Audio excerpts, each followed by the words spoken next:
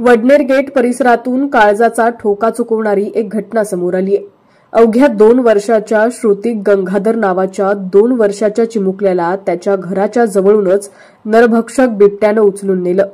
परिसरात शेकडो नागरिक व वन विभागाचे कर्मचारी या चिमुकल्याचा मंगळवारी 23 सप्टेंबर 2025 रोजी रात्री उशिरापर्यंत शोध घेत होते।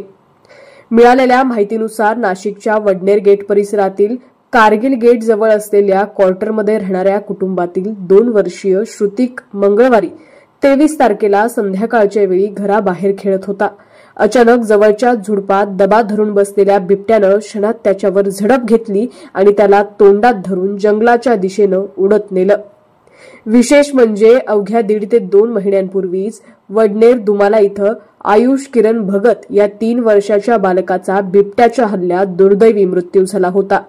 त्यानंतर या परिसरामध्ये बिबट्याचा बंदोबस्त करण्यासाठी पिंजरे वाढवण्यात आल्यानं 2 बिबट्यांना जेरबंद करण्यात यश आलं होतं। मात्र तरीही या परिसरामध्ये बिबट्यांचा धुमाकूळ सुरूच आहे। लहान कोवळे बालकांना बिबट्या भक्षक बनवत असल्यानं नागरिकांमध्ये भीतीचं वातावरण आहे।